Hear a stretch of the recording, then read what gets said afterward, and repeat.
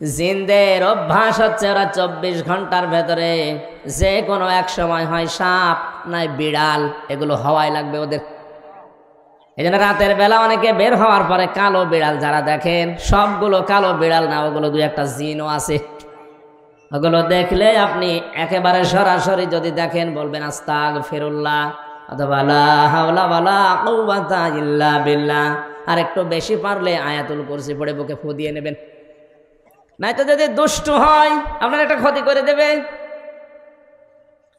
মুহাদ্দিস সাহেব নামাজ শেষ করার পরে ঘরের ভেতরে তাকিয়ে দেখলেন দুইটা সাপ খেলা করছে। পাশে গিয়ে বললেন, তোমরা যদি জিন হও চলে যাও, কারণ উনি জানে জিনেরা সর্পের রূপ ধারণ করে। একবার দুইবার তিনবার বলার পরে ওরা জায়গায় দাঁড়িয়ে আছে। উনি মনে করলেন এটা না সাপ হবে, ঘরের থেকে লাঠি এনে পিটিয়ে মেরে ফেললেন জায়গায়। এই জিনদের বাবা মা তাদের খবর হয়ে গেছে সন্তান কোথায়, অনুসন্ধান করতে করতে এসে মুহাদ্দিস সাহেবের ঘরের ভেতরে পেয়েছে। মুহাদ্দিসকে সহ দুইটা সন্তান মরা নিয়ে গেছে তার নিজেদের দেশে। জিনদের লক্ষ লক্ষ জিনেরা আছে, এটা তাফসিরে হাক্কানিতে পাবেন আপনি। আমি শিক্ষার জন্য বলছি। লক্ষ লক্ষ জিনদের সামনে জিনের পিতা ডাক দিয়ে বললেন, মুহাদ্দিস সাহেব আপনি আমার দুইটা সন্তানই পিটিয়ে মেরে ফেলেছেন, আমি ইচ্ছা করলে কোরআনের নির্দেশ অনুযায়ী আপনাকেও মেরে ফেলতে পারি। কারণ কেউ যদি কাউকে হত্যা করে তার তিনটা শরত আছে। এক নম্বরে তাকে মেরে ফেলা লাগবে, দুই নম্বরে ওই লোকটা যদি জরিমানা দিয়ে দিয়ত দিয়ে তার পরিবারস্থ লোকদের কাছে ক্ষমা নিয়ে নেয়, এটার দ্বারাও তার মাফ হবে। আমাদের দেশে মানুষ হত্যা করার জন্য যে ফাঁসির অর্ডার দেওয়া হয়, 30 বছর জেল দেওয়া হয়, এটা কিন্তু কোরআনের নিয়ম না। আমি বহু মানুষকে এই 3টা বছর জেলে থাকা অবস্থায় মার্ডার মামলার আসামি দেখেছি। জিজ্ঞাসা করে, হুজুর আমি অন্যায়ভাবে হোক আর ন্যায়ভাবে যেভাবে হোক একটা মানুষ মেরে ফেলেছি, আমার যে সরকার 30 বছর জেল দিল এই দেশের আইনে, আমার কি মাফ হয়ে যাবে? না।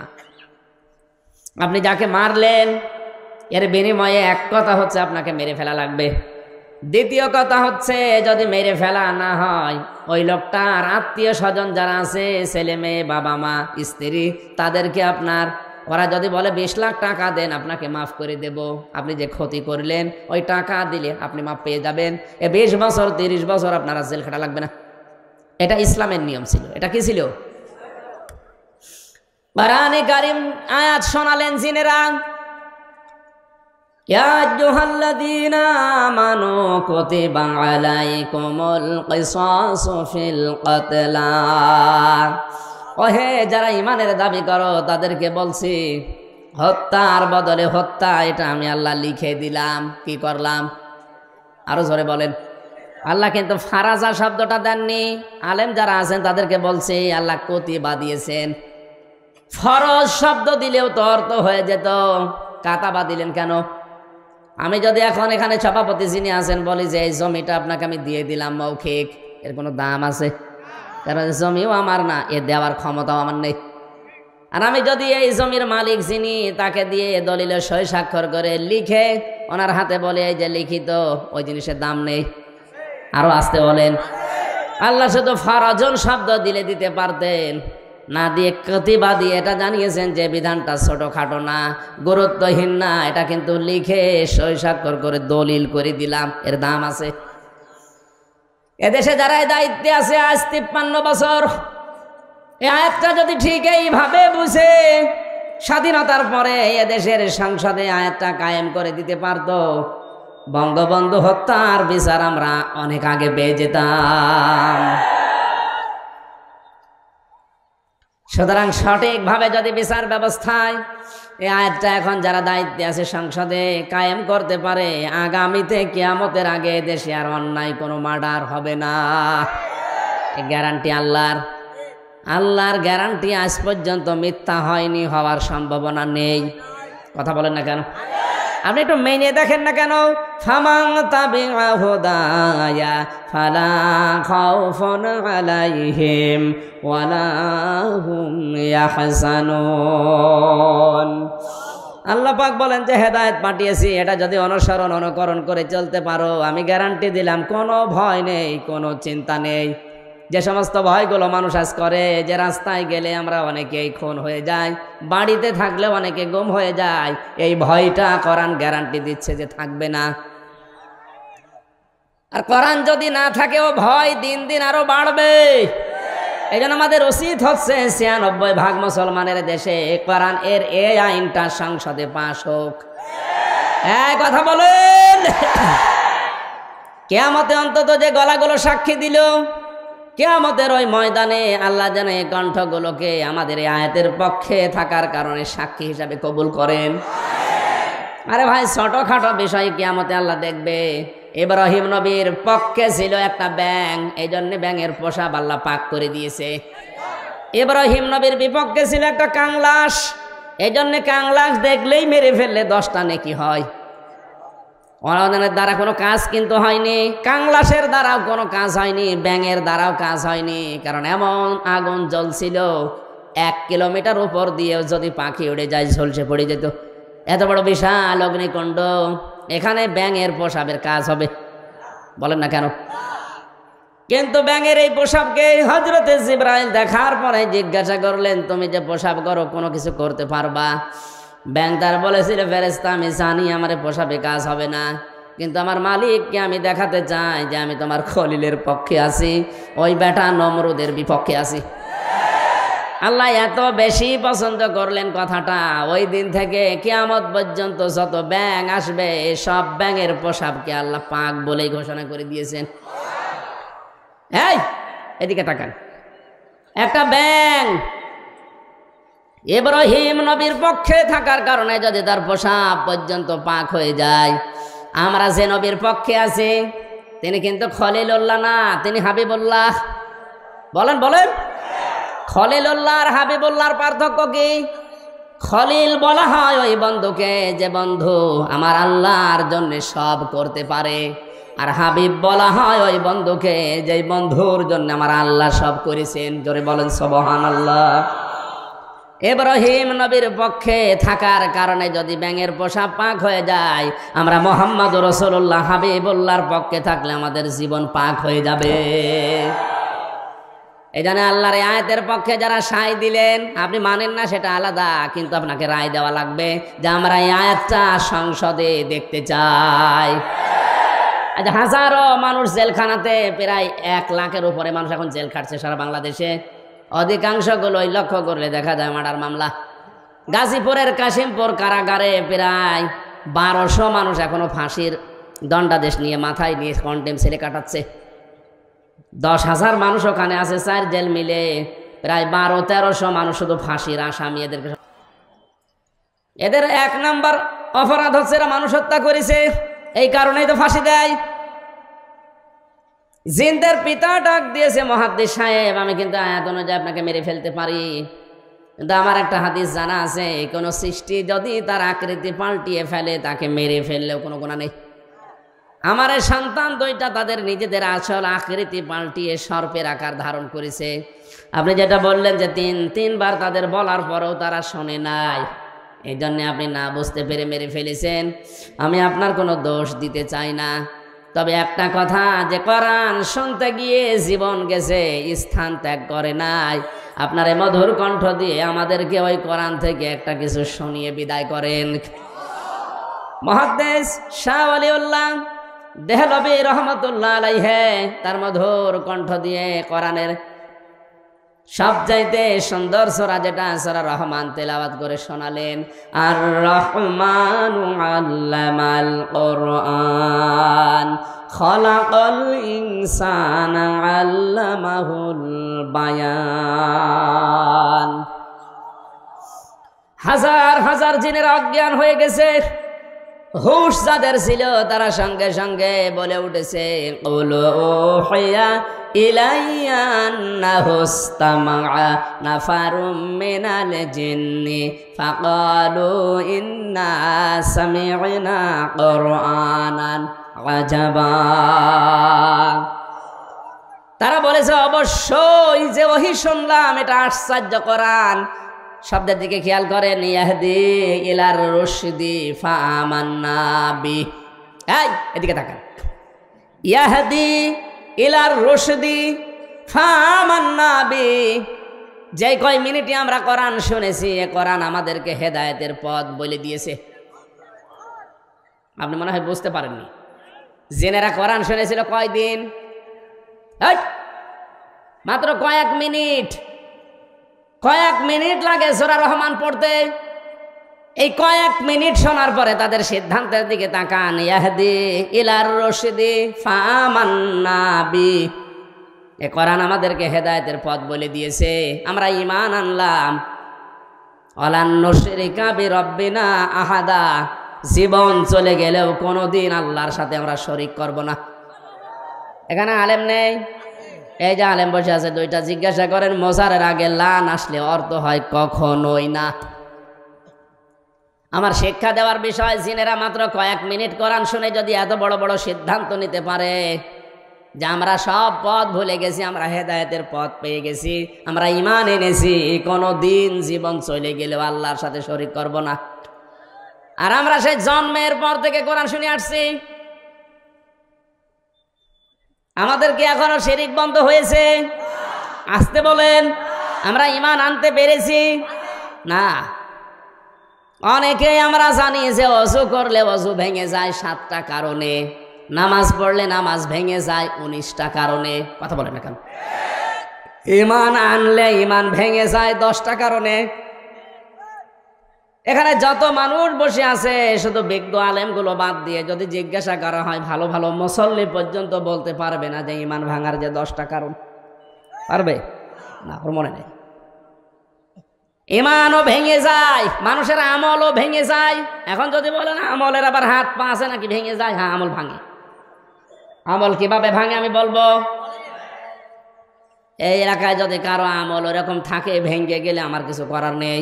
আল্লাযীনা কাফারু ওয়া সাদ্দু আন সাবিলিল্লাহি আযাল্লা আমালাহুম। সূরা মুহাম্মাদের প্রথম আয়াতে আল্লাহ জানিয়েছেন, যারা কুফরি করে আর যারা আল্লাহর পথে বাধা সৃষ্টি করে, আযাল্লা ইউদিল্লু বাবে ইফআল, বাংলা অর্থ দাঁড়িয়েছে আমলের বহুবচন আমাল। কোন মানুষ যদি কুফরি করে আর আল্লাহর পথে বাধা সৃষ্টি করে, সে যেভাবে হোক ওর জীবনের পেছনের আমল আল্লাহ সব নষ্ট করে দিয়েছে, ভেঙে ফেলেছে। এ কোরআন শুনতে আসবে মানুষ আল্লাহর পথে না শয়তানের পথে? আরো জোরে বলেন। মাওলানা আমিনুলকে যারাই বাধা দিয়েছে, আমি সজ্ঞানে স্বেচ্ছায় একেবারে বাস্তবতার সাথে মিলিয়ে কোরআন সামনে নিয়ে বলছি, আপনি নামাজ পড়তে পারেন, পাগড়ি মাথায় দিতে পারেন, হজ করতে পারেন, কোরআন অনুষ্ঠান চালু হবে বাধা দেওয়ার জন্য যারাই বিভিন্ন কায়দায় চেষ্টা করেছেন, আপনার আমল ভেঙে গেছে। কোন হুজুর নিয়ে আসবেন? এবার নিয়ে আসেন। যদি মনে করেন না বানিয়ে বলছি, সূরা হুজুরাতের 2 নম্বর আয়াতের ব্যাখ্যা আছে। বিশ্ব নবীর উপরে যদি কেউ কথা বলে তাহলে তার আমল আল্লাহ নষ্ট করে দেয়, অথচ লোকটা জানেও না যে আমার আমল নষ্ট হয়ে গেল কি করে। লা তারফাউ আসওয়াতাকুম ফাওকা সাওতিন নাবিয়্যি ওয়া লা তাজহারু লাহু বিল কওলি কাজহারি বা'দিকুম লিবা'দিন আন তাহবাতা আমালুকুম ওয়া আনতুম লা তাশউরুন। কোন ইমানদার যদি নবীর উপরে কণ্ঠ দিয়ে উচ্চ আওয়াজে কথা বলে, হে নবী আপনি জানিয়ে দেন তার আমল আর নেই, সব নষ্ট হয়ে গেছে। এই আয়াত আমি বানালাম। কাবা এখনো পর্যন্ত মসজিদে নববীতে নবীজির রওজার উপরে এটা স্বর্ণের অক্ষর দিয়ে লেখা আছে। আপনি বলেন তো এখানে নবী আসছে কিয়ামত পর্যন্ত দুনিয়ায় আসবে? আরো জোরে বলেন, বলেন। নবী তো আসবে না কিয়ামত পর্যন্ত, এই আয়াতটা আল্লাহ কোরআনে দিল কেন? আবার তারফাউ মোজারে দিয়েছেন, এই কারণেই দিয়েছেন বর্তমান, ভবিষ্যৎ, প্রেজেন্ট, ফিউচার। কারণ কিয়ামত পর্যন্ত নবী আসবে না, নবীর ওয়ারিস আলেমরা আসবে। মাওলানা আমিনুল যাই হোক, ওনারে নিয়ে অনেক সমালোচনা আমিও শুনেছি, হোক, কিন্তু নামের আগে তো আলেম লেখা আছে। কথা বলেন না কেন? আপনি এটা অস্বীকার করতে পারবেন যে উনি কামেল পাস করেনি? অন্তত এই দেশের শিক্ষা ব্যবস্থা অনুযায়ী উনি তো আলেম, এই দেশে সবাই জানে মাওলানা আমিনুল সিরির বন্দরের আলেম। আপনি যাই করেন না কেন, উনি তো আর গানের অনুষ্ঠান দেয়নি যে আপনি বন্ধ করে দেবেন। কোরআন শোনার যে ব্যবস্থা করার জন্য চেষ্টা চালিয়েছিল, এমনি এমনি চোখ দিয়ে ওর পানি বের হয়নি। একটা মানুষ কতটা দুঃখ পেলে 15 দিন ঘুমাতে পারেনি, আপনাদেরকে কোরআনে কারিম শোনাবে এই জন্যে। সুতরাং কোরআন শুনতে যারা বাধা সৃষ্টি করেছেন, সে যেভাবেই হোক না কেন আপনার আমল কিন্তু ভেঙে গেছে। এই এদিকে তাকা। নামাজ ভেঙে যাওয়ার কারণ আমরা জানলাম কয়টা? 19টা। কয়টা? ওযু ভেঙে যাওয়ার কারণ কয়টা? আমল ভেঙে যাওয়ার কারণ কয়টা? 2টা। আন্দাজে শুনছে। সূরা মুহাম্মদের প্রথম আয়াত দলিল দিলাম না যে 2টা?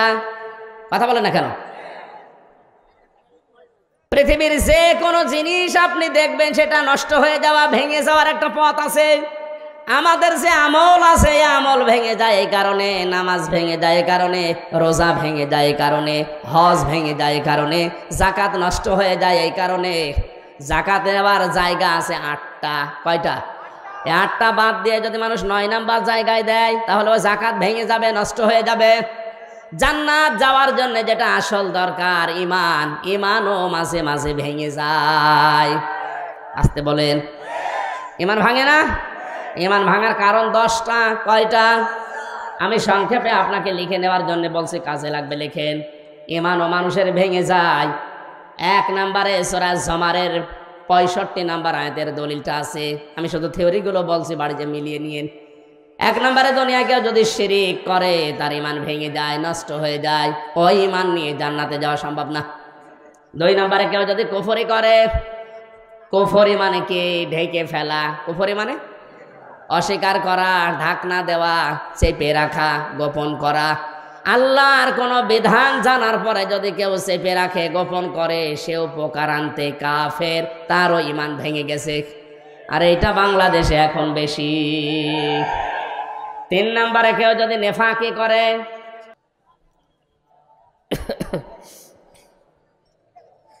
দাও খোদা দাও আমায় আবার ওমার দারাজ দিল, দাওয়ালির মতো বীর সেনানি জাগাতে নিখিল, দাও খোদা দাও আমায় আবার ওমার দারাজ দিল। হামজাকে দাও ঘরে ঘরে জীবন দিতে ওয়াকাতরে, হামজাকে দাও ঘরে ঘরে জীবন দিতে ওয়াকাতরে। আবার কাবা ভাঙতে এলে পাঠাওয়া বাবিল, দাও খোদা দাও আমায় আবার ওমার দারাজ দিল। সচ্চা ঈমান দিয়ে পাঠাও শত সাহাবা, যাদের দেখে বিশ্ব আবার বলুক মারহাবা। আবার পাঠাও আবু বকর, ফিতনা ফাসাদ আসুক সমর, অনড় পাহাড় সম দাও সে মনের মিল, দাও খোদা দাও আমায় আবার ওমার দারাজ দিল। আমার ভাইরা, আমি মাওলানা আমিনুলের কথা এমনি বলি না, যেহেতু নবীজির ইন্তেকালের আগে যে কথা ছিল গুরুত্বপূর্ণ কয়টা, তার ভেতরে এটা একটা। আল উলামা ওয়ারাসাতুল আম্বিয়া, আলেমরা আমি নবীর ওয়ারিস। আমি হয় মাওলানা আমিনুল, মাওলানা হোসাইন, মাওলানা হারুন, যাই হয়ে দেশে আলেম যারাই আছে, আপনি বিশ্বাস করতে পারেন এদের আমল আখলাক ত্রুটি বিচ্যুতি থাকতে পারে, কিন্তু এরা নবীর ওয়ারিস। কিয়ামতের ময়দানে আল্লাহ পাক যদি বিচারও করে, আলেমদের সবার সম্মুখে করবে না, কুদরতের পর্দা দিয়ে ঢেকে নিয়ে গোপনে বলবে এগুলো করেছিলি। এই জন্য একটা মনে সান্ত্বনা আছে, কিয়ামতে অন্তত আল্লাহ মানুষের সামনে অপমান করবে না। শাস্তি যদি দিতেও চায়, আল্লাহ গোপনে দেবে। আল্লাহর কাছে আমাদের জীবনের আলেমদের কাকুতি মিনতি, আল্লাহ তুমি গোপনে মাফ করে দিও। তোমার সাত্তার নামের ওসিলায় যেভাবে গোপন করে দিয়েছ, দুনিয়ায় কেউ জানে না। আমির হামজা, মাওলানা হোসাইন, মাওলানা আমিনুল কি করেছে অনেকে জানি না, তোমার জানা আছে। কিয়ামতে যেদিন বিচার বসাবে আল্লাহ কুদরতের ওই জায়গাতে যেন তুমি গোপনেই মাফ করে দাও। আমার ভাইরা, এই জন্য ওনার উপরে যদি কেউ কণ্ঠস্বর নিয়ে কথাও বলেন, ওনার আমল লাখ লাখ যাই থাকুক না কেন, আপনারটা কিন্তু আল্লাহ নষ্ট করে দেবে। আমি ইমান ভাঙার যে 10টা কারণ বলেছি লিখে নেওয়ার জন্য, যাদেরকে লিখে নিয়েছেন হয়তো 3 নম্বরে নেফাক, যাদের ভেতরে আছে মুনাফিকি, উপরে ফিটফাট, ভেতরে সদরঘাট, আপনার ইমান ভেঙে গেছে। আমি একটা উদাহরণ তাফসীর থেকে লিখেছি, যারা সব ধর্মকে সমান মনে করে ওদের ইমান নষ্ট হয়ে গেছে। আরে দেশে এরকম অনেক মানুষ এখন দিন দিন বাড়ছে। সব ধর্ম সমান আপনি বিশ্বাস করা তো দূরের কথা, আপনি বলেন কি করে? যে দলিলগুলো আপনি দেন যে লাকুম দীনুকুম ওয়ালিয়া দিন, লা ইকরাহা ফিদ্দিন, এই আয়াতের অর্থ আপনি নিজেই ভুল করছেন, নিজেই উল্টাপাল্টা করে ঈমান হারাচ্ছেন, মানুষকেও হারাতে বাধ্য করছেন।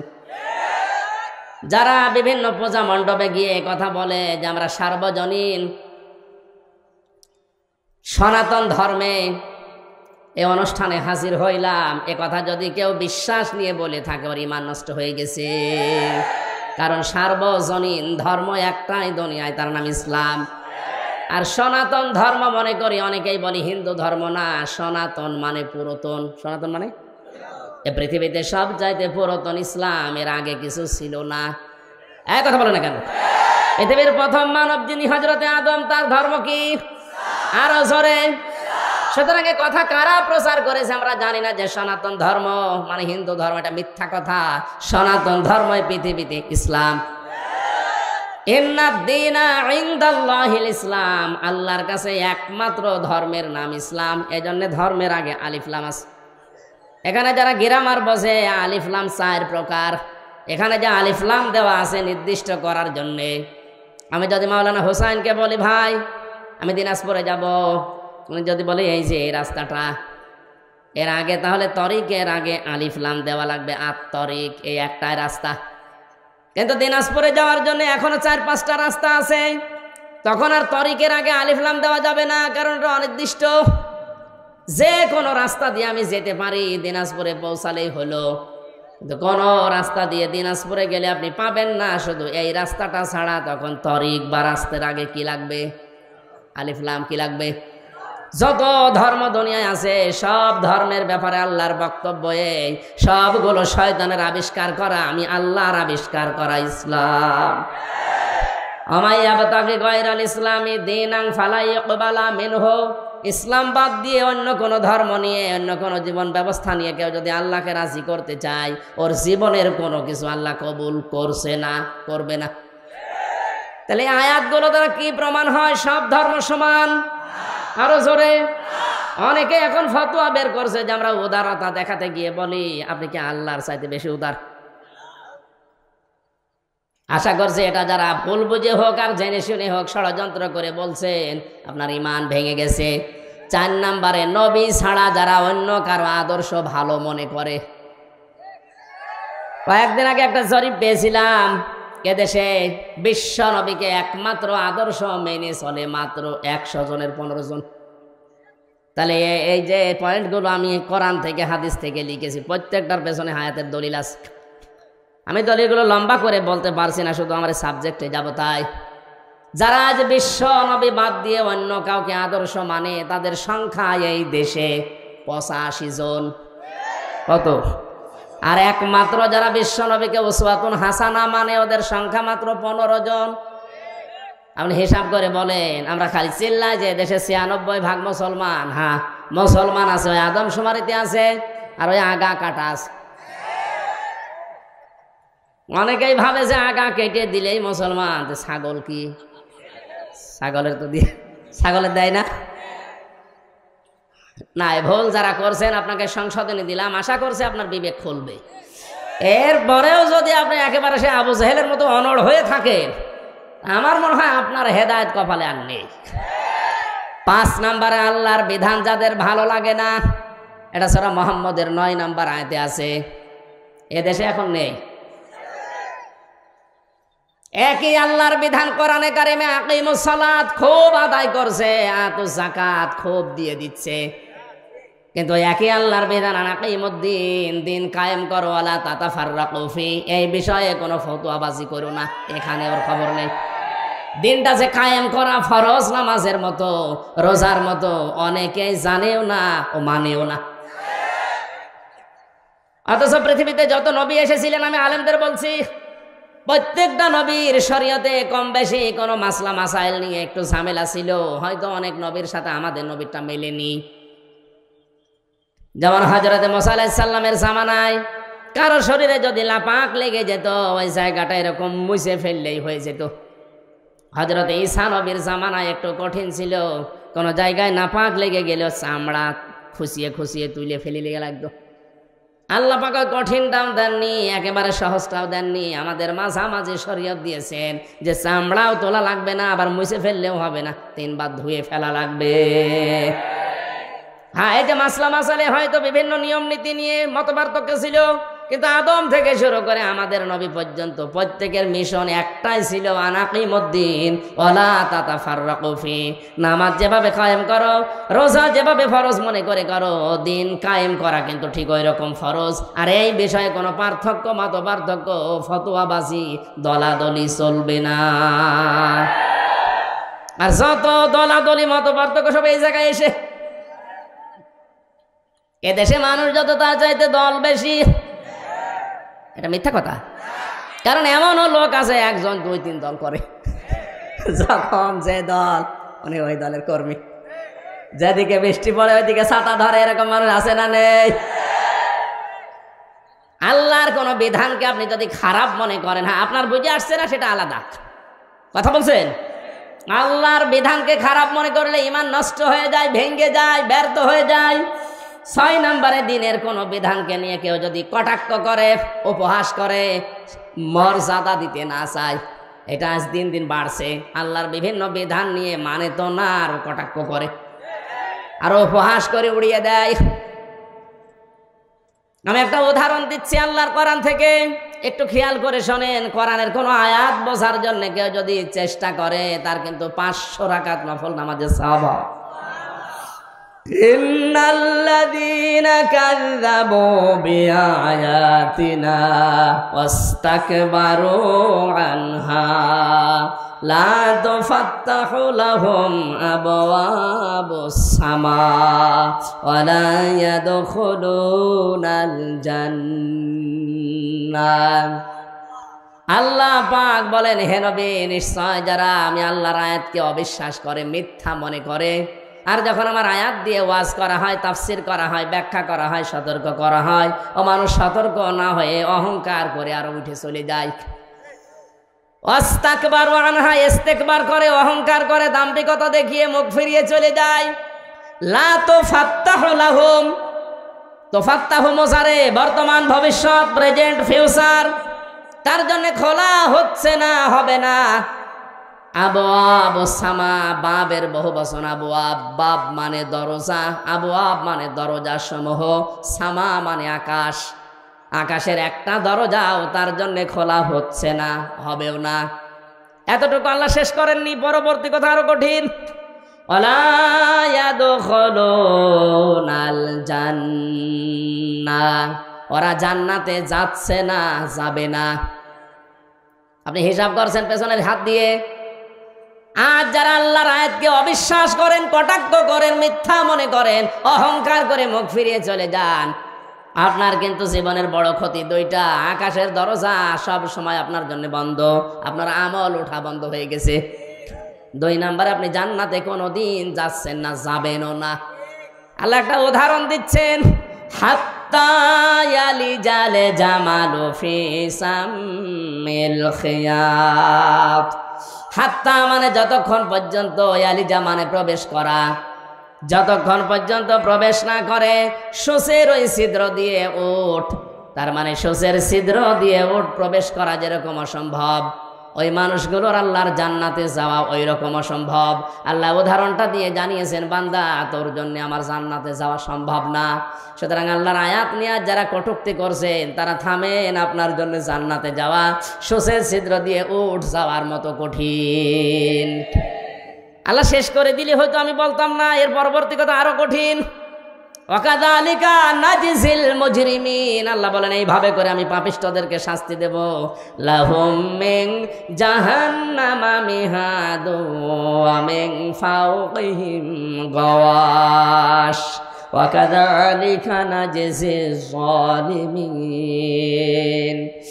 এই যে মানুষগুলো যারা আল্লাহর আয়াত নিয়ে, আল্লাহর কোরআন নিয়ে, আল্লাহর বিধান নিয়ে কটূক্তি করে, উপহাস করে, এরা নামাজ পড়তে পারে, রোজা রাখতে পারে, দাড়ি রাখতে পারে, মারা যাওয়ার সঙ্গে সঙ্গে আমি আল্লাহ কবরটা জাহান্নাম বানিয়ে দেব।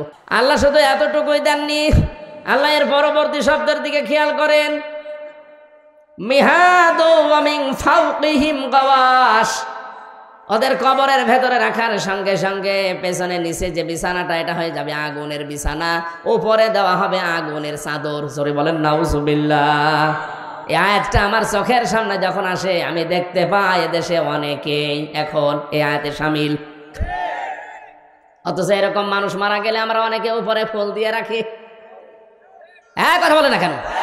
সারা জীবন যে আল্লাহর আয়াতকে উপহাস করে, ঠাট্টা করে, আল্লাহর বিধানকে যার পছন্দ হয় না, এ মানুষটা মারা গেলে উপরে ফুল কেন, 2 তলা বিল্ডিং কেন, 15 তলা বিল্ডিং বানিয়েও কাজ নেই, কারণ আল্লাহ নিজে ওরে জাহান্নামের চাদরের বিছানা দেবে, জাহান্নামের চাদর দিয়ে ঢেকে দেবে। জোরে বলেন নাউজুবিল্লাহ।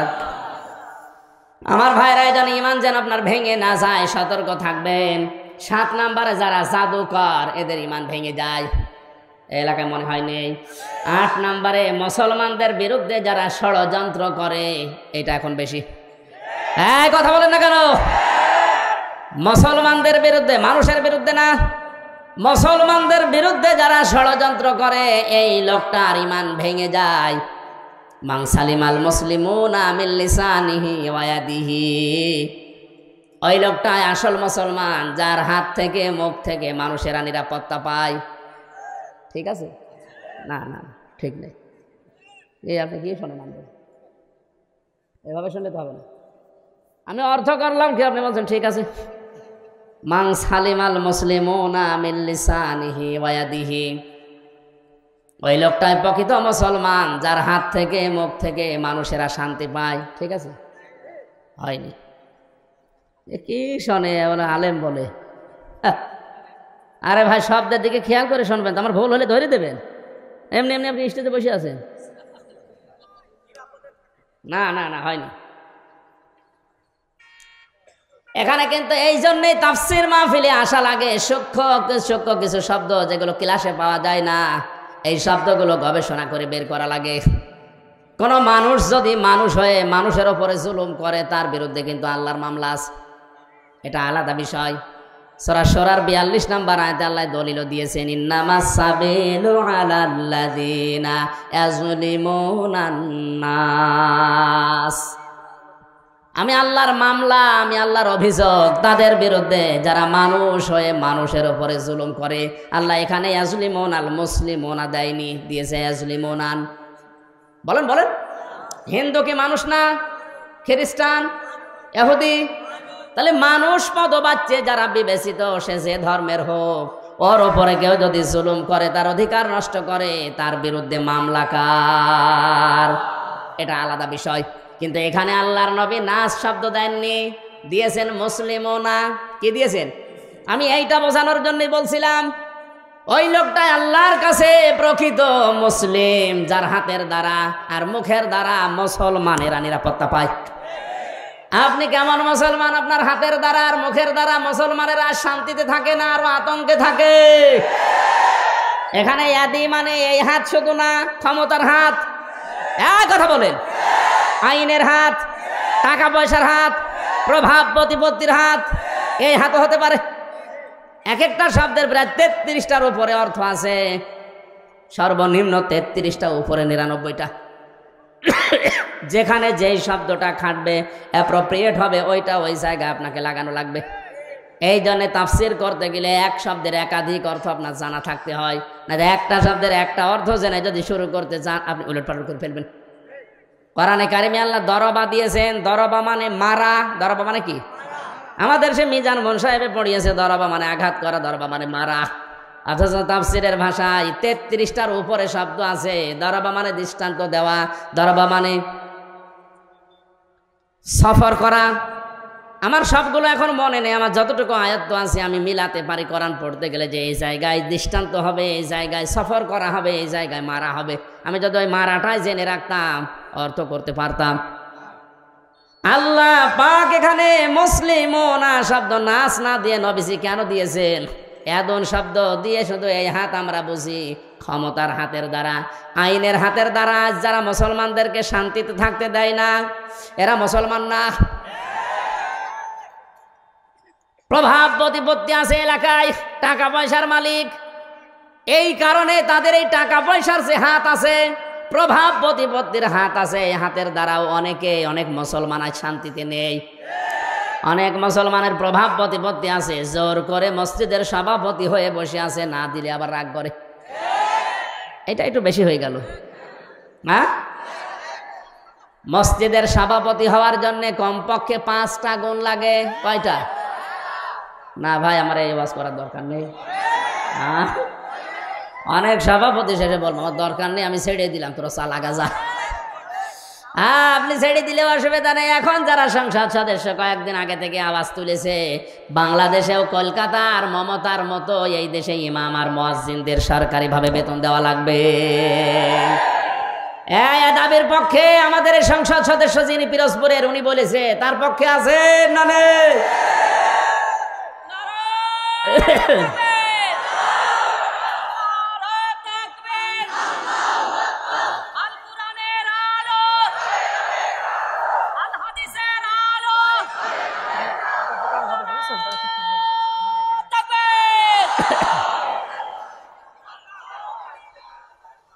এই পৌরসভার মেয়র যিনি আছেন, ড্রেন পরিষ্কার করে, টয়লেট পরিষ্কার করে, তার যদি বেতন দেওয়া যায় 3 লক্ষ 3.5 লক্ষ, মসজিদের ইমামের বেতন আর মুয়াজ্জিনের বেতন দিতে গেলে আমাদের প্রধানমন্ত্রী পারবে না। 564টা মডেল মসজিদ বানিয়েছে, এখানে যদি বেতন দিতে পারে ইমাম মুয়াজ্জিনের, 3.5 লাখ মসজিদের ইমাম মুয়াজ্জিনের বেতনও দিতে পারবে। সে কলিজা তার আছে, এক কথা বলছে না কেন? তার কলিজা না থাকলে 10.5 লাখ 12 লাখের উপরে। তাকান কত মানুষকে আশ্রয় দিয়েছে। চীন এত বড় রাষ্ট্র, একটা মানুষও নেয়নি। এক কথা বলছে না কেন? আর সমালোচনা আলোচনা তার বিরুদ্ধে পক্ষে বিপক্ষে আছে, কিন্তু তার কয়েকটা কাজ কিন্তু খুব ভালো। বিশেষ করে একটি খামার একটি বাড়ি, এই প্রকল্পের মাধ্যমে অনেকে আজ একটা কর্মজীবন পেয়েছে, একটা মাথা গোজার ঠাঁই পেয়েছে। প্রধানমন্ত্রীর জীবনে কিছুই যদি আল্লাহর ভালো না লাগে, এই কাজটা ভালো হবে, কারণ এটা কোরআনে কারিমের সূরা মুদ্দাসসির থেকে নেওয়া। আলাম নাকুন নুতি'মুল মিসকিন, হে নবী আপনি মিসকিনদেরকে খাবার দেবেন, যারা দেয় না তারা মুসলমান দাবি করলেও জাহান্নামে যাবে। সুতরাং শুধু নিজে খেয়ে পরে বাঁচবেন, এতিম মিসকিন অসহায় মানুষের খবর রাখবেন না, আপনি জান্নাতে যেতে পারেন না। উনি হয়তো এই আয়াত থেকে এই শিক্ষাটা নেওয়ার জন্য একটি খামার একটি বাড়ি প্রকল্প চালু করেছিল। আর দুর্নীতি হয়েছে, হয়তো অনেকে একটি খামার একটি বাড়ি বানাতে গিয়ে মাসের বদলে রড দিয়েছে, আমরা জানি, কিন্তু কাজ তো করেছে। যারা দায়িত্ব পেয়েছিল ওরা 2 নাম্বারই করলে উনি ওখানে ঢাকা থেকে করবে কি? সুতরাং এই কাজটা যেন আল্লাহ কবুল করেন। লক্ষ লক্ষ মানুষের মাথা গোজার মতো একটা ঠাঁই হয়েছে, একটা কর্মসংস্থান তৈরি হয়েছে। জোরে বলেন সুবহানাল্লাহ। আমি কিন্তু শিক্ষা দেওয়ার জন্য যে জায়গায় ছিলাম ওখানে ফিরে যাচ্ছি। যে মানুষগুলো কাউকে মুসলমানদের বিরুদ্ধে ষড়যন্ত্রে লাগিয়ে দেয়, এই লোকটার মুসলমান থাকে না, ইমান ভেঙে যায়। 9 নম্বরে কাউকে যদি কেউ ইসলামের ঊর্ধ্বে মনে করে, ওর ইমান নষ্ট হয়ে যায়। আমি এই শব্দটা আর বলবো না। কাউকে আপনি ইসলামের ঊর্ধ্বে মনে করতে পারবেন না, এমনকি নবীজিও না। কারণ নবীজি ইসলামের প্রচারক ছিলেন, ইসলামের খাদেম ছিলেন। বিশ্ব নবীকে যখন পাথর দিয়ে দিয়ে মেরে মেরে রক্তাক্ত করে ফেলে রাখতো, জিবরাইল এসে পাথরগুলো সরিয়ে বড় একটা পাথরের ওকে বলতেন তুলা হয়ে যাও, তোলার মতো নরম করে ওখানে যখন শুয়ে দিতেন, জিবরাইলকে নবীজি বলে ভাই আমার কি কাজ? নবীজিকে আল্লাহ শুনিয়েছেন, ফেরেশতা বলে দাও যে দিনের জন্য নবীকে পাঠিয়েছি ওই দিনের জন্য মার খেয়েছে, সকালবেলা থেকে মোহাম্মদ রাসূলুল্লাহর ওই দিনের প্রচার করাই কাজ। তাহলে দিনের মর্যাদা কত বেশি ইসলামের। এজন্য ইসলামের ঊর্ধ্বে কাউকে মনে করা যাবে না, সে যেই হোক। কথা বুঝতেছেন? আমার কাছে আগে ইসলাম, আমি মুসলিম হিসাবে, এরপরে অন্য কিছু। 10 নম্বরে ইসলামের কোন বিধানকে যারা ঘৃণা করে, এটা সূরা সেজদার 22 নম্বর আয়াতের ব্যাখ্যায় পাবেন। তাহলে আমি বলছিলাম দুনিয়াতে অনেক কিছু আছে যেগুলো করলেই হয় না, ভেঙে নষ্ট হয়ে যায়। এই পৃথিবীতে শয়তানের যে বন্ধু, এই বন্ধু কিন্তু ভেঙে যায়। শয়তানের সাথে যারা বন্ধুত্ব করে, এই বন্ধুত্ব ভেঙে ফেলার বুদ্ধি আছে না নেই? আমরা যারা শয়তানের সাথে বন্ধুত্ব করলাম, এই যে অপচয় করে, অশ্লীলতা ছড়ায়, যৌনতা ছড়ায়, নবীদের তার মানে নবীর ওয়ারিসদের মুখের উপরে জোরে কথা বলে, আল্লাহর পথে চলতে বাধা দেয়, এগুলো সব শয়তানের কাজ। কার কাজ? আল্লাহ আমাদেরকে হেফাজত করুন, বলেন আমিন। সূরা জুমার মাত্র 2টা আয়াত পড়েছিলাম।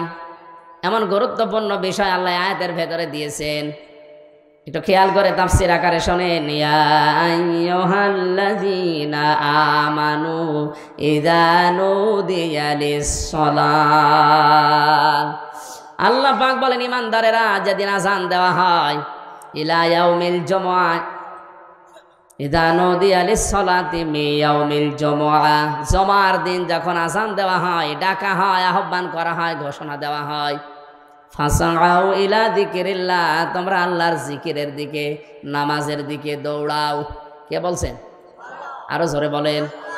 ওয়াজারুল বাই, দুনিয়ার সব বেচা কিনা কাজ কারবার বন্ধ করে দাও।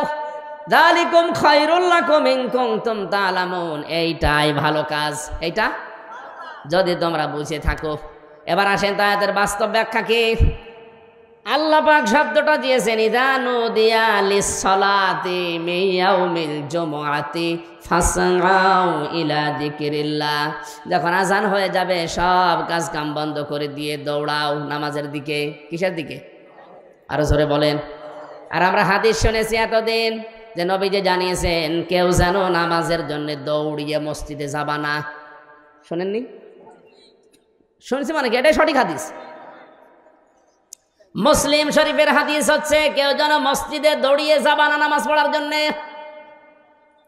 ফজরের নামাজে নবীজি নামাজ আদায় করছেন, নামাজের ভেতরে ধপ ধপ করে কিছু আওয়াজ শুনলেন, নামাজ শেষ হয়ে গেল, ঘরে বসলেন, ডাক দিয়ে বললেন সাহাবীরা নামাজের ভেতরে আমার কানে আওয়াজ এসেছে, ধপ ধপ করে আওয়াজ হচ্ছিল, কিসের?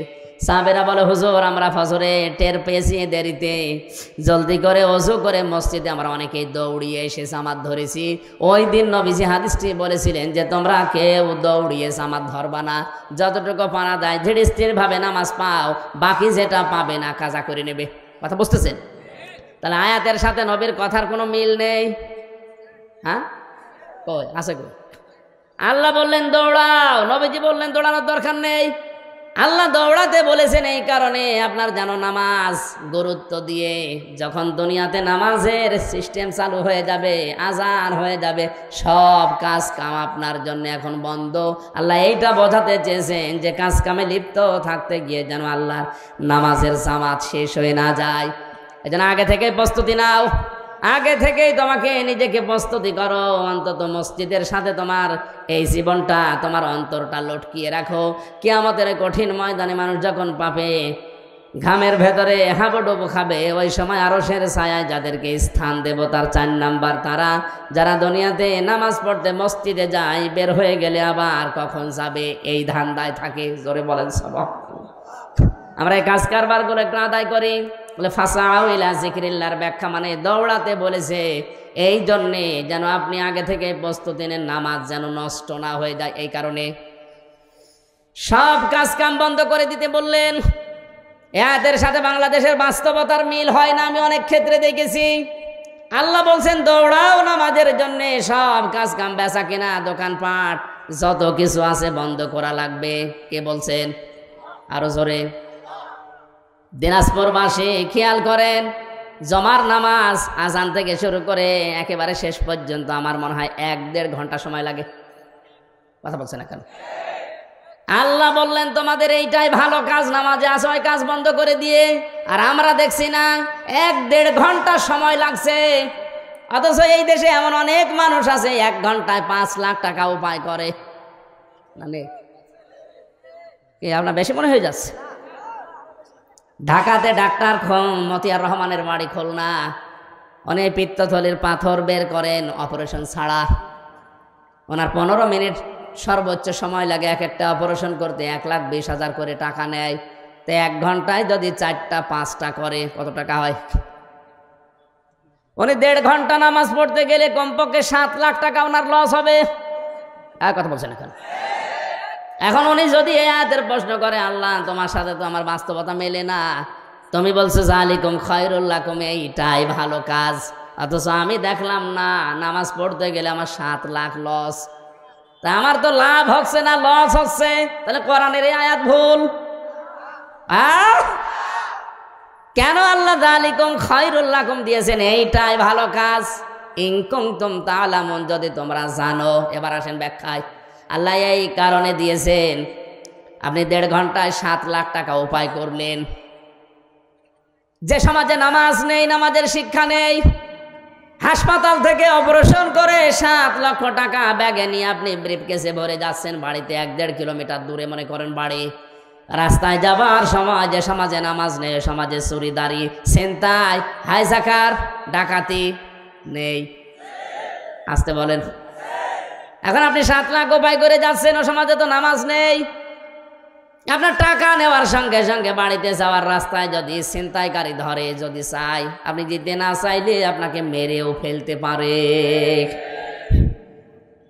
আল্লাহ এই কারণে নামাজের গুরুত্ব দিলেন, কারণ নামাজ যদি কায়েম হয়ে যায়, নামাজের শিক্ষাগুলো যদি ব্যক্তি পরিবার সমাজ রাষ্ট্রে এসে যায়, 7 লাখ না 7 কোটি টাকা সঙ্গে নিয়ে গেলেও তোমার মনে আল্লাহ ছাড়া আর কোনো চোর, ডাকাত, হাইজাকার, ছিনতাইকারীর ভয় থাকবে না। এরকম একটা পরিবেশ আল্লাহর নবী মদিনায় গঠন করেছেন না করেন নাই? আরো জোরে। একবারও কি দেখতে মনে চায় না যে নামাজের সমাজটা বাংলাদেশে কায়েম হলে কি করে হাইজাকার মুক্ত, সন্ত্রাস মুক্ত, দুর্নীতিবাজ মুক্ত, সাদাবাজ মুক্ত, চোর ডাকাত মুক্ত একটা জীবন কিভাবে চালানো যায় শান্তিতে, ওটা দেখতে মনে চায় না? আরো জোরে বলেন, চাই না। আল্লাহ এই জন্য এটা বলেছেন যালিকুম খায়রুল লাকুম, এটা ভালো। এজন্য নামাজ কায়েম করো, নামাজকে দাঁড় করাও। হ্যাঁ, নামাজ যখন পরিবারে, সমাজে, রাষ্ট্রে কায়েম হয়ে যাবে নামাজের শিক্ষাগুলো, তখন আর মসজিদে বসে থাকার দরকার নেই। ফাইদা কুদিয়াতিস সালাতু ফান্তাশিরু ফিল আরদি ওয়াবতাগু মিন ফাদলিল্লাহ। নামাজ যখন শেষ হয়ে গেছে, এখন আর মসজিদে থাকা যাবে না, এখন ছড়িয়ে যাও, ছিটিয়ে পড়ো, অনুসন্ধান করো আল্লাহর রিজিক। আল্লাহর কি? আরো জোরে। এতে বিধান হচ্ছে 2টা, একটা নামাজ পড়ো আর একটা ছড়িয়ে পড়ো। খেয়াল করেন, তাহলে নামাজও ফরজ, জমিনে হালাল রুজির জন্য চেষ্টা করা, কষ্ট করা। আরো জোরে। আল্লাহ কিন্তু নামাজের আগে ওয়াজকুরুল্লাহ দেননি, যে নামাজের আগে তোমরা আল্লাহর বেশি বেশি জিকির করো, বলেননি। কিন্তু ওয়াজকুরুল্লাহ কাসীরা দিয়েছেন, ওয়াবতাগু মিন ফাদলিল্লাহর আগে। তোমরা যখন অনুসন্ধান করতে যাবে রিজিক জমিনে, তখন কিন্তু আল্লাহর জিকির, আল্লাহর স্মরণ ভুলে যেও না। কারণ আমি আল্লাহ জানি নামাজে দাঁড়িয়ে মানুষ এমনি আমাকে ডাকবে, কিন্তু বাস্তবতায় গিয়ে, কর্মজীবনে গিয়ে, প্র্যাকটিক্যাল লাইফে গিয়ে যদি আমি আল্লাহর কথা মনে না থাকে, ওখানে দুর্নীতি হওয়ার সম্ভাবনা আছে না নেই? এই জন্য নামাজের ভেতরে অনেককে দেখা যায় কাকু কানতেছে, নামাজের গুরুত্বও দিয়েছে, কিন্তু কর্মজীবনে যে এই জিকিরটার স্মরণ করে না, এই জন্যে ঘুষ খায়, সুদ খায়। আরো জোরে বলেন। ভার্সিটিতে থাকাকালীন একবার মাস্টার্সের সার্টিফিকেট নিয়ে আসতে গেছে, যার কাছে গেলাম, বললাম স্যার সই করে দেন একটা সিল মেরে। মানে আমারে বলছে হামজা তাড়াতাড়ি কর। বলছে স্যার আমি তো তাড়াতাড়ি করছি। কিছুক্ষণ পরে আমার বলছে তাড়াতাড়ি কর, আমি জোহরের নামাজে জামাত ধরবো। আমি বলছি আমি তো তাড়াতাড়ি করছি, আমি গাড়ি ধরবো। মাথা নিচু করে বলছে 1000 টাকা বের কর। তো আপনি জামাত ধরবেন? কিসের জামাত আপনার? এইটাই আপনার আসল জামাত। সরকার আপনার কাছে 8টা ঘন্টা কিনে নিয়েছে, 45,000 টাকা বেতন আপনার। কথা বলে না কেন? আপনি মাত্র 10 মিনিট নামাজ পড়তে যাবেন শহরের, এই 10 মিনিটের জন্য এত তাড়াতাড়ি করছেন যে তাড়াতাড়ি কর, আমি জামাত ধরবো। তা আপনার যে 8 ঘন্টা জামাত এখানে চলছে, ছেলে মেয়েরা আসবে, সই করে ছেলে মেরে দেবেন, এইটাই আপনার জামাত। কথা বলে না কেন? আল্লাহ এই জন্য বলেছেন কর্মজীবনে যে যেন আমাকে ভুলেছেও না, আমার জিকিরটা ওই জায়গায় আরো বেশি করো, তাহলে এই দেশে দুর্নীতি হবে না। আয়াতের শেষে ছিল লাআল্লাকুম তুফলিহুন, যদি এটা করতে পারো আমি আল্লাহ বলছি তোমরা সফল হয়ে যাবে। জোরে বলেন সুবহানাল্লাহ। এই জন্য আমরা যদি আল্লাহর রিজিক অনুগ্রহ পেতে চাই, আল্লাহর দয়া পেতে চাই, এদিকে তাকান, আল্লাহর অনুগ্রহ যদি কেউ পেতে চায় তাহলে জমিনে আসা লাগবে, আর আল্লাহর রহমত যদি কেউ পেতে চায় মসজিদে যাওয়া লাগবে। মসজিদে ওঠার সময় বলা হয় আল্লাহুম্মা আফতাহ লি আবওয়াবা রাহমাতিক, হে আল্লাহ তোমার রহমতের দরজা আমার জন্য খুলে দাও। কথা বলে না কেন? আর যখন বের হয় মানুষ তখন কি চায়? আল্লাহুম্মা ইন্নী আসআলুকা মিন ফাদলিকা, এই যে ফজল অনুগ্রহ, হে আল্লাহ আমি তোমার কাছে আশা করি, চাই যে তুমি আমার রিজিক দাও, ফজল দাও। এখানে ফজল মানে রিজিক, ফজল মানে কি? তাহলে আমাদের কাজের সময় কাজ করা লাগবে, আর নামাজের সময় দুনিয়ার সব স্টপ, নামাজ পড়া লাগবে। এখন থেকে সিদ্ধান্ত নিয়ে যান, যত কঠিন পরিস্থিতি তৈরি হোক না কেন ফরজ নামাজ আমি জীবনে আর ছেড়ে দেব না। হ্যাঁ, আমি আর চাই করি না কেন ফরজ নামাজ, নামাজ শেষ হয়ে গেলে মসজিদে আর বসেও থাকবো না, কারণ আল্লাহর নির্দেশ ফান্তাশিরু ফিল আরদি ওয়াবতাগু মিন ফাদলিল্লাহ। নামাজ শেষ হয়ে গেছে, এখন জমিনে ছড়িয়ে পড়ো, এ নির্দেশ কার? নবীজি জানিয়েছেন আল কাসিবু হাবিবুল্লাহ, যারা কাজ করে খায় জমিনে এরা সাধারণ মানুষ না, এরা আল্লাহর বন্ধু। আমরা আল্লাহর বন্ধু খোঁজার জন্য সেই চট্টগ্রামে যাই, বরিশালে যাই, সিলেটে যাই, ফরিদপুরে যাই। কে বলেছে ওগুলো আল্লাহর বন্ধু? যারা কাজ করে খায় না, বসে বসে খায়, ওগুলো আল্লাহর শত্রু। আল কাসিবু হাবিবুল্লাহ, যারা উপার্জন করে খায়, কাজ করে খায়, এরা কার বন্ধু? এই কাজটা যত ছোট হোক কোনো অসুবিধা নেই। এই যে মাইক টাঙিয়েছে যারা, এরাও কাজ করে খায়, রাস্তা ঝাড়ু দেয়, এরাও কাজ করে খায়। এই জন্য আয়াতের শিক্ষা হচ্ছে নামাজের সময় হয়ে গেলে দুনিয়ার সব আমার কাছ থেকে মাইনাস হয়ে যাবে। নামাজের সময় হয়ে গেলে দুনিয়া বলে আমার আর কিছু নেই, আমার এখন আল্লাহর বিধান সামনে, নামাজ শেষ, এখন আমাকে যাওয়া লাগবে কর্মজীবনে রিজিক তালাশ করার জন্যে।